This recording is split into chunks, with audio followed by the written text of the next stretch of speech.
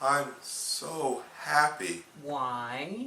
Because after months and months of having this quadrilogy of reviews boiling in the pit of my gullet, it's finally almost over. Yeah, I guess it has. No more intro! We start the review now! Son of a bitch! I had a whole intro planned out! So, this album is a big fucking deal for ICP fans. Because after more than a decade of loyal allegiance to the praise of the Dark Carnival, they were finally going to reveal the secret behind the magic of the carnival. Although from listening to the Great Milenko, even they don't seem to give that much of a shit about the world they talk about, since most of the songs have more mentions of stabbings than anything closely resembling anything of how to live your life. Which, if you add some sex slavery, is pretty much how many cults work. Well, they do seem to make it clear that abiding by the laws of human decency are certainly frowned upon, so there's that. True. So, this is the album where it all makes sense. All the stabbing, chopping, law-breaking, child-slaughtering, drug-using, sexism, homophobia, and dead body desecration that's rampant in every one of their albums will all be explained here. They're gonna have a lot of explaining to do. We get the first song called Walk Into Thy Light. And yes, it's called Thy Light, not The Light, because no one told them how Old English works. I'm fairly sure they think the word thy is interchangeable with the word thee. It irks me because it's so obviously out of place. I don't want to see biblical words on an ICP album, and this is why, because you don't even know what it means. Because now, your songs are addressing us, which means the song titles are actually saying, walk into your light, and welcome to your show, and your unveiling. Which would be saying that it's my unveiling, but it's not my unveiling, I don't have anything to do with it. Haven't you fuckers even watched Star Wars? Watch his thy bidding, master. Thy means your. If you don't know what a word means, don't repeatedly use it. Just to clarify though, they're using something from the Bible to communicate a message that ultimately makes no sense whatsoever within the context of their music. Yes. Interesting, a little bit like the Pentecostals. Let's cross that bridge when we get there. So the first song is called Walk Into Thy Light. A presence can be felt by those who have followed the epic saga as told by the insane Clown Posse. Epic saga, huh? I give you 2 songs before they drop the Wraith character and just go back to killing people. It is a presence that is synonymous with the crumbling of time itself. Well, this album's been out for over a decade, so I guess you're a little off. But at the time, I could see how this would probably attract a lot of attention. I mean, ever since the first album in 1991, these guys have been talking about the end of the world, and what a perfect way to end it by releasing your last album right before the new millennium. This album came out in 2002. Oh, well, I guess they fucked that up. To be fair, they were going through label problems around 1999 that delayed their work on the album. So what did they tell their fans? Sorry guys, the world can't end yet because we have to finish an album? After the intro, we get into the song proper, and for what it isn't bad. My only problem is, while the mood of the song is very light rockish and sentimental, their obvious affections ring a little hollow.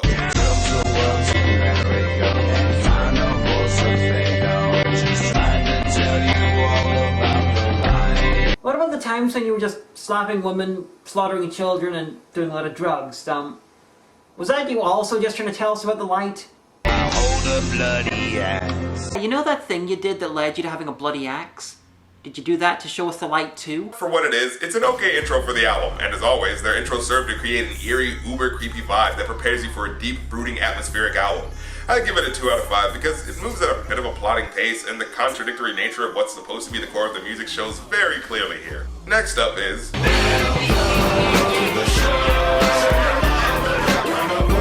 What the hell? Was this song originally slower or something? Why the fuck does the chorus sound like it's tripping over itself? Remember how I said the intro to their album prepares you for something deep, brooding, and atmospheric? Well, this song prepares you for the album you're actually going to get. More of the same crap. It's only juggalos here, you know what we about. Swinging hatchets, figure when I dick in your mouth. Why are they doing this?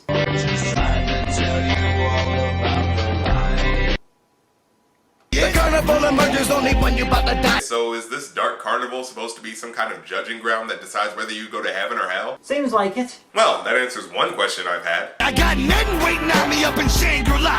What is Nedden supposed to mean anyway? Well, in their slang, Nedden means... vagina. Well, that answers one of my questions. This song gets a 2 out of 5. It's a functionable introduction to what they're really about, but what they're really about isn't that great in the first place. Now, the next 3 songs are called Get Your Wicked On, Murder Rap, and Birthday Bitches. And the reason why I bring all 3 of these songs up at the same time is because they're all completely interchangeable, and each one is less than 3 minutes long. Seriously, one is about 1 minute and 47 seconds long, and another one is 1 minute and 20 seconds long. They don't even function as songs anymore. They're more like musical sketches, and each song ends so abruptly, it's almost as if they're sorry they started.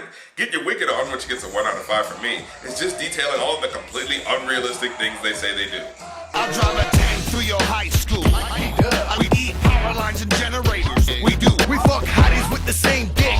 We do. Are you conjoined at the hip or something? How the fuck does that work? Or maybe they have detachable penises that they can screw into each other's crotch sockets like light bulbs. And even if you did, why would that be a fucking thing that you would do? Detachable penis. And wouldn't using the same penis technically count as gay? I seem to recall these guys are pretty vocally homophobic in their songs. Of course, I also recall them being morons, so I guess that supersedes any decipherable logic. So, this whole song is just them taking the usual rap thing of boasting and taking it to its extreme. I don't remember anyone bragging about eating electrical appliances before, but yeah, I guess so. Fair enough. And in that spirit, I'd like to claim that I created this song when I coughed last week. She did. The next song, which also gets a 1 out of 5 for me, is called Murder Rap, and it's about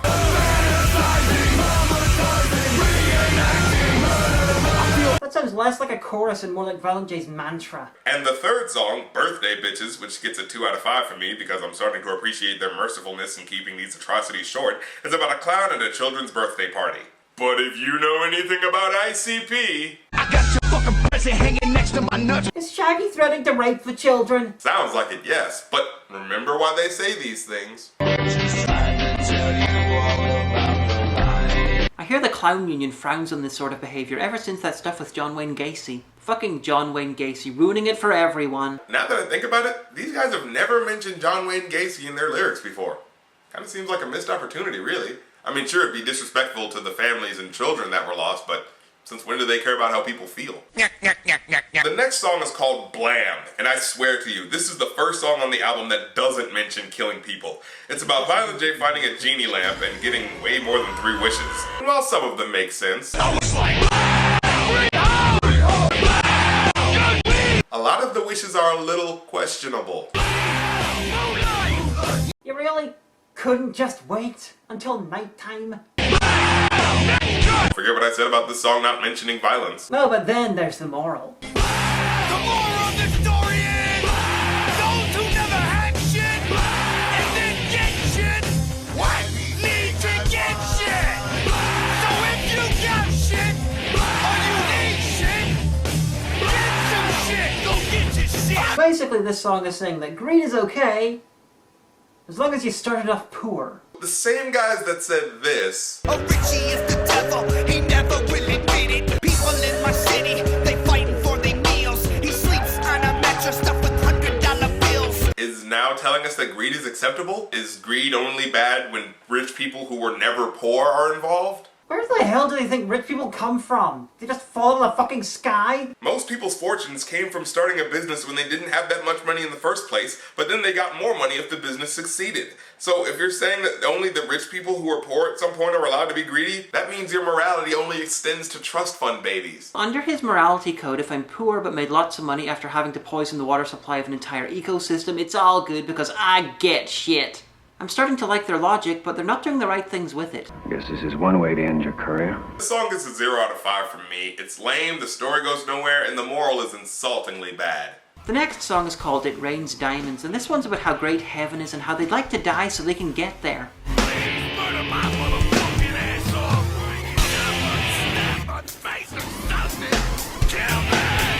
What's keeping you from doing it yourself? I know suicide is a sin, but can't you just drive around Florida without a seatbelt on or something? And either way, they are the messengers of this paradise, so they should be bound for heaven automatically. Right? Somehow, I doubt the strength of their beliefs. The lady doth protest too much! And all that. They talk about how they want to be killed, but then talk about how they can't be killed, and then on the Pass Me By song on the Malenko album, they talk about what happens when they die. It just shows how great they are at keeping up with their own lore. Have you ever seen people turn into the devil over body cream? Tell me what it is. In the last song, you justified being an avaricious douchebag, and now you claim you don't understand why people turn to devils over money. Jesus, these fuckers are so forgetful of their own shit. I wonder if they need fucking cue cards to remember their own lyrics at a concert. I do like the chorus of this song. It's got a grungy yet grand atmosphere to it. Yeah, they can't sing for crap, but I'm not really expecting much at this point.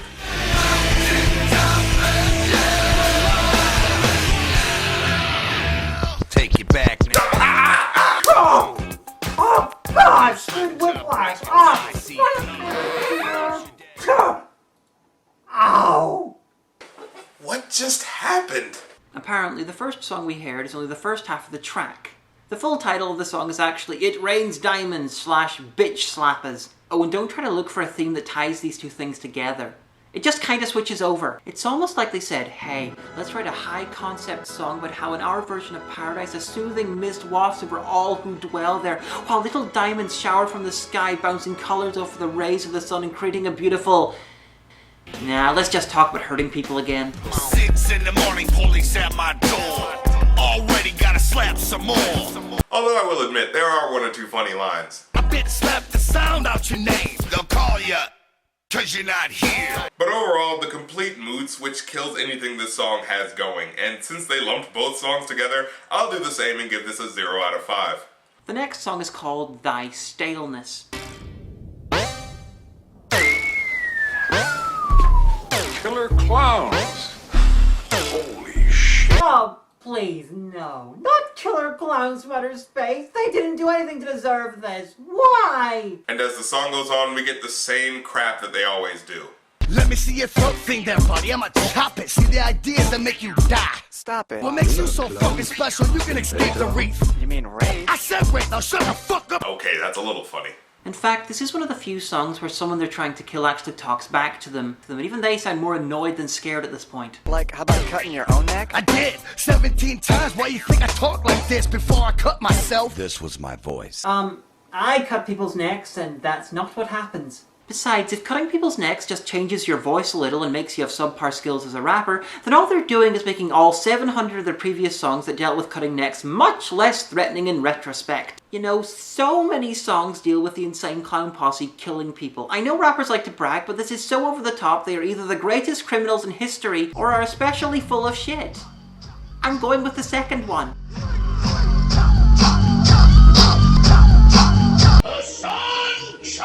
All you do is talk about the same crap that other rappers rap about, but exaggerate it to extreme proportions. And then you play both sides of the coin by benefiting from your fans thinking that you're real tough guys, Radio can suck my dick. but getting to fall behind the entertainment defense whenever you get into hot water over your music. It's shameless, irresponsible, and overall uncreative. Blah, blah, blah. Most of the time, you guys are just lame and repetitive, especially for such supposedly high-concept albums. What do you guys have to say for failing to expand on any artistic development after all these years? I'm so sorry that I'm so stale. What? I'm so sorry I'm stale. Apology accepted. But still I gotta murder your face. I'm sorry I'm stale. That's right. We just stale as fucking fuck. No matter what, we always gonna be stale as fuck. That's just how we do. No, dude, you can't twist being called stale into a term of endearment. It sounds like they heard one of their critics call them stale because of their tendency to never deviate from songs about death and murder, so this is their attempt to take the word away from them, as it were. Unfortunately, when they say it, though, it backfires on them and ends up sounding like they just don't know what the word means. This gets a 2 out of 5. There were a couple funny moments, but they're really starting to get few and far in between. The next song is called Hell's Forecast, and I thought they were saving all the songs that described hell for their next album, Hell's Pit, seeing as it's about hell, and this one's about heaven. Please! You really think there's an overall atmospheric difference in any way between any of their albums? How much you want to bet Shangri La, the one we're listening to with the clouds on it, sounds exactly like Hell's Pit, the one with fire on it? You're on. Oh hell no, I'm done reviewing ICP after this crap. Damn it, I already listened to the songs and I wrote notes. So anyway, he goes on to describe hell. They bolted out of the house to see if it's a joke. I heard hundreds of car alarms, saw flames and smoke, and the sky above red. I see dead bodies falling. It's raining with corpses. The blood is appalling.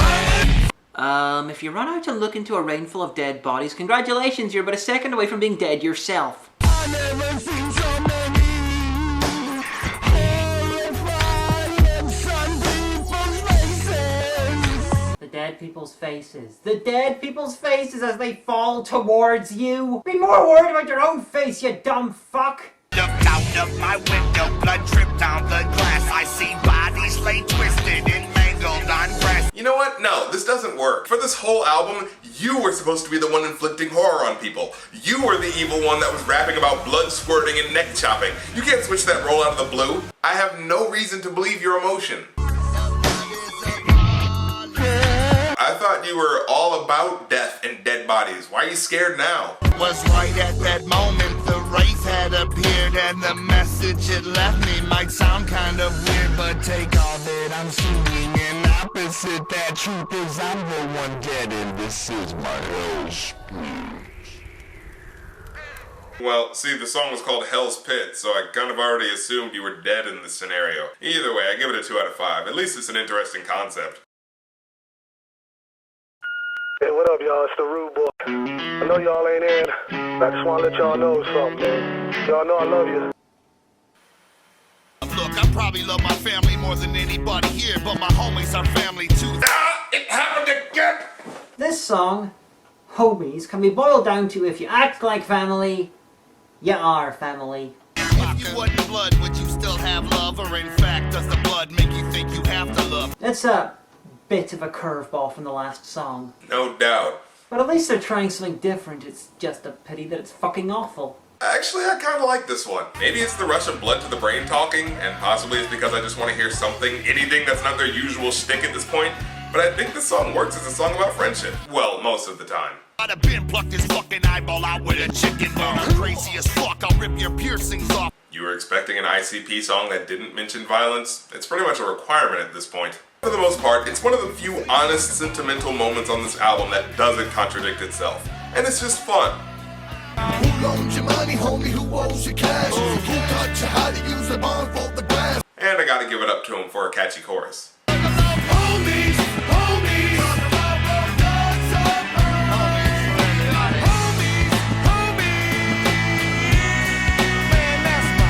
And I do admire their simple but effective message to people who don't like them. you don't like me,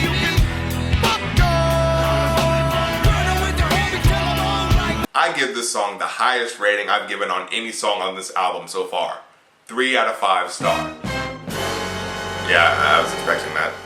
Well, I hope you enjoyed that song, because the next song is back to the bullshit with Ain't No Business / Super Villains. No, wait a minute, we don't die. You want to make up your mind there? Ain't your business. Ain't your business. Ain't your concern. Unless you want your. Well, it would be our business if we get slapped, especially since earlier you said that you would slap people for no reason. I could be one of those people, then I'd fucking kill you. Maybe I don't have no self-esteem, so I like to pick on everybody else. That's a thought.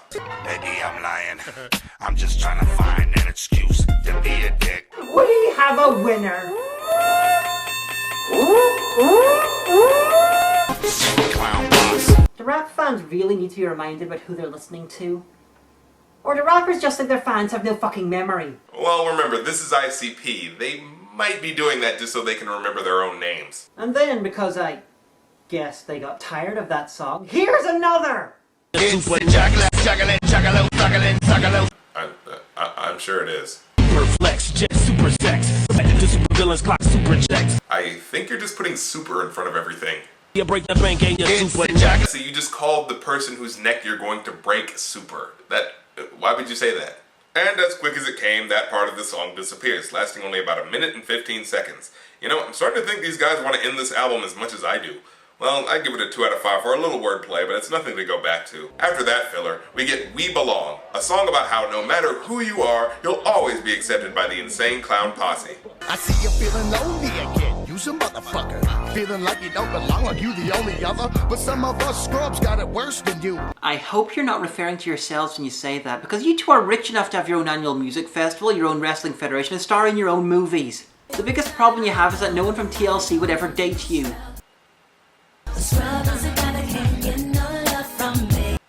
Oh, yeah, I get it. And hold on, when you say you all belong to the carnival, are you referring to the afterlife carnival that's purely dedicated to judging whether or not you go to heaven or hell? How the hell do you belong there? I thought that was a stepping point before the afterlife. I'm starting to think that the carnival is a term that means whatever the hell they want it to mean. Some of us are in love with people who ain't ours. Some of us don't give up until we're behind bars. Are those some of us as you just described the same type of person? As in, the people who are in love with the people who aren't theirs but don't give up trying to get with them until they're behind bars? Well, you can never say that they're non-inclusive. I give this one a 2 out of 5 because it is a nice idea, and it shows an inkling of what Insane Clown Posse songs could really be about, using their strange outcast image as a way to attract other outcasts to make them feel like they belong to something greater, and that's a thing that a lot of people want to feel. And in this song, ICP proclaimed that as a member of the carnival, or whatever, you'll be treated equally as a person who deserves kindness, friendship, and respect, no matter what you've done or who you are. Oh, that is, unless of course you are a woman, in which case the next song, Cotton Candy and Popsicles, has a message for you. What's your name, bitch? Give your butt a couple smacks. Let me hit it, bitch, I'll smack you. Here's my popsicle and balls. Get on your knees and go for yours. Sister, can I offer you some dick? This gets a 0 out of 5. It's sexist, disgusting, and just plain unfunny. Next. Next we have Crossing Thy Bridge, where he prays to God. Dearest almighty. Oh boy. I ain't no fucking hero. I wonder why Jay feels the need to tell us that he's not a hero. We know, Jay. Your gimmick is that you're the exact opposite of a hero.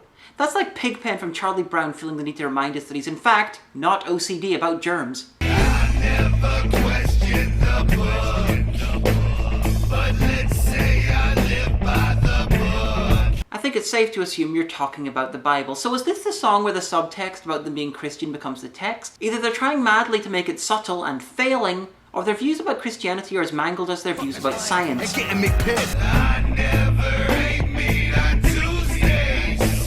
How much bigger would my wings look? How much bigger would it... What the hell are you talking about? Dude, nowhere in the Bible does it say not to eat meat on Tuesdays. Look, I'm not saying they should know everything about Christianity in order to call themselves Christians, but if you're recording a song addressing God that will be heard by hundreds of thousands of people, and you don't even know on what day Christians don't eat meat, you might not be the right person to talk about God. And for future references, if you feel inclined to make songs about the concepts of a religion, you might want to crack their book open a couple times before you speak on it. Whoa, man! Calm down. Save it for the end. You're right. I will say though, this chorus does rock a little bit.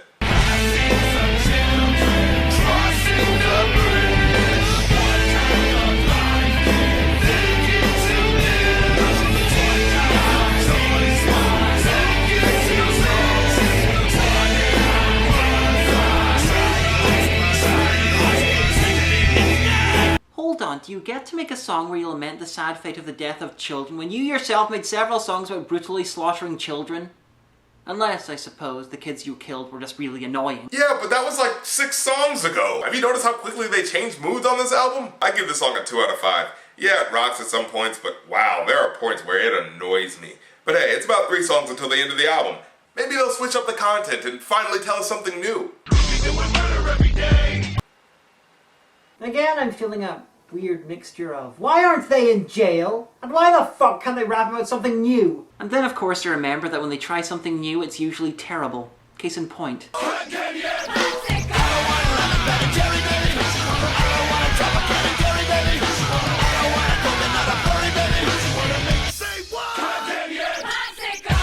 So, should I stop thinking? How can I stop myself from murdering your neck? Uh-huh. I'm gonna kill! Yeah, I'm sure. I see your eyeball looking at me, I'ma snatch it! We be doing murder every day. We be doing murder every day. We be doing murder every day. It's the Joker. We be good enough to get away. Yeah. Huh? What just happened? You know, Jenny Madrox rapped about something like this, only I never really thought about how horrible it really is. What the hell's he talking about? Laying in a coffin in a pitch black dark, the only sound being that of my heart for my life. Wow, waking up in your own corpse in a casket? Man, this is some dark stuff. I've tried fantasy realms and dreaming my way out. It only leads to mind panicking and torturing thoughts about running and breathing. Will it ever really happen again? Please, God, heaven or hell, just let something begin.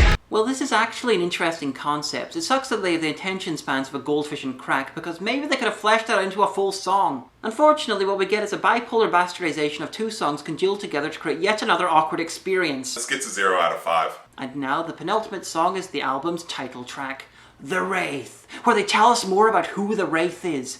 Hey look, they actually remembered the main concept of the album past track 8. And whether you go into heaven or hell, he doesn't care. He's only here to give you the death touch. It's send you there. Of course, as we've already figured out, the Wraith is just the concept of death itself. Nothing special.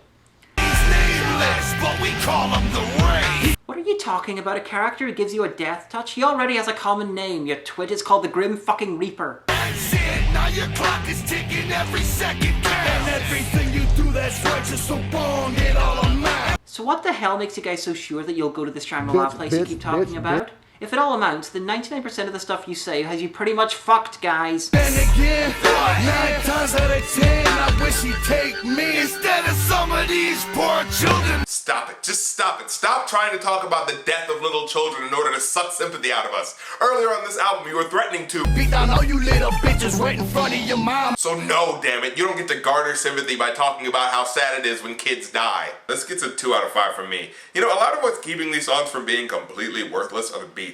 And that's true here especially when the music swells on the chorus and creates a foreboding atmosphere. Well, here it is, the song that's supposed to encapsulate everything that the Insane Clown Posse is all about, revealed here. You know, the secret that we already knew full well about through their very direct references to a god, a devil, heaven, hell, and purgatory, but didn't take seriously among all the mentions of torture, murder, and sexual deviancy. We got to tell. Yep, we've got to tell them that the mythos we created is bullshit, and all that shit about the end of the world was a lie. I feel very, very awkward that this is the music you chose to rebel against your Christian parents, juggalos. Okay, let's get this out of the way. This is their ultimate message. Truth is we follow God. We've always been behind him. The carnival is God in May. Oh, Hey Diamanda, Yes. I got a request for you. Reenact your version of a typical Wednesday. Okay. Here, Minion! Coming. Hello, Minion, I fucking hate that time. Oh, damn it, you fuck! Oh, damn it, fucking fuck! Hey, oh God. Oh yeah, that's not cool. Stop. Okay, you stop now. Stop, dude. That doesn't go there. No, that is not even necessary. That is not necessary. Why are you doing that? Oh my God, you are so lucky this is being censored right now. It's so terrifying. But I can't look away.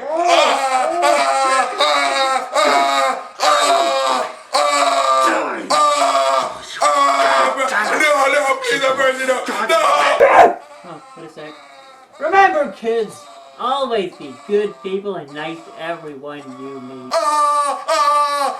know, I've learned something today. You should always try to be a good person when you can.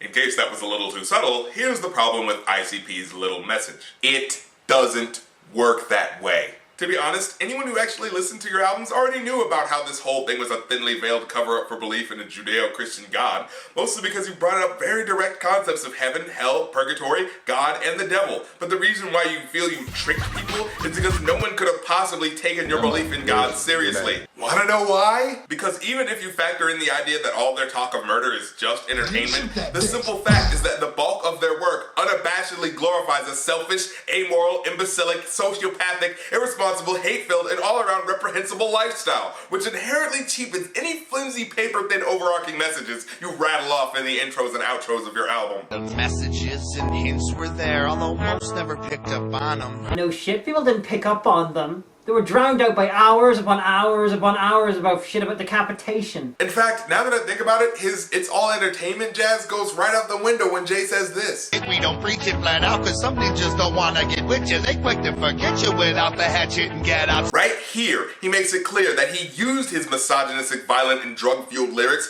in order to get their message across, because they thought that no one would listen to them if they didn't. Like they said, by talking about... They were just using it to tell you all about the lie. If you feel that the only way to preach a message of being a good person is by creating music that makes being a terrible person sound cool, you might be muddling up your message a bit. Does anyone else take this as having a supremely disrespectful tone to their fans? This line is especially what's so messed up about them. Listen to that again.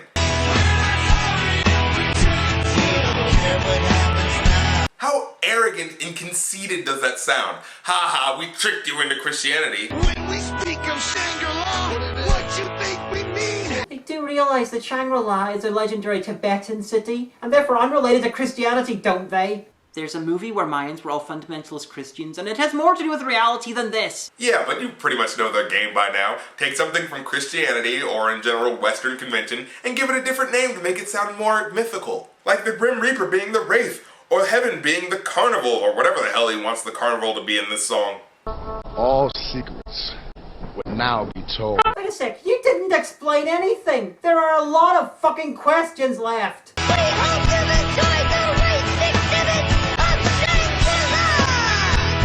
As soon as you die, it's for the eye! What exhibit of Shangri-La? You didn't explain anything about your promised land, you dumb fucks! The problem with their ultimate moral is the same problem they have with their albums in general. You know how mentioning the name of a character on about 3 or 4 tracks of a 16-track album, most of which are completely unrelated to that character, is not the same thing as a concept album? In the same vein, mentioning a couple things about being a good person among an ocean of songs promoting being a complete douchebag is not the same thing as spreading the word of God. This song gets a 2 out of 5, mainly because if you replace these clowns with someone who had a consistent message, the beautiful music on this track would then be accompanying a more likable artist. Overall, this album gets a 1 out of 5. I gotta say though, I applaud their amount of guts for trolling their fans from day one, then proudly revealing it, and then just continuing on as if nothing happened. Hey, yeah. Because they still made songs about death and all that crap well after revealing that they want you to be a good person. How is that not viewed by their fans as being fake!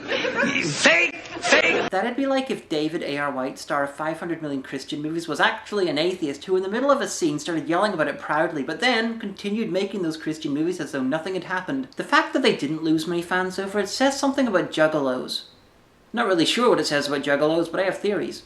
Those theories involve lightning and crab genes. Well, we're all done here. I'm gonna go listen to Kendrick Lamar or something. What about you? I'm gonna go listen to the Bee Gees because fuck you! I have depth. Oh yeah, Brothers Gibb. Well, I'm the Rap Critic, and screw this, I'm out of here. Pass out. Frank. Wake up. Frank. Fade it. Frank. Fade it. Now I done grew around some people living their life in bondage. Yeah, homie!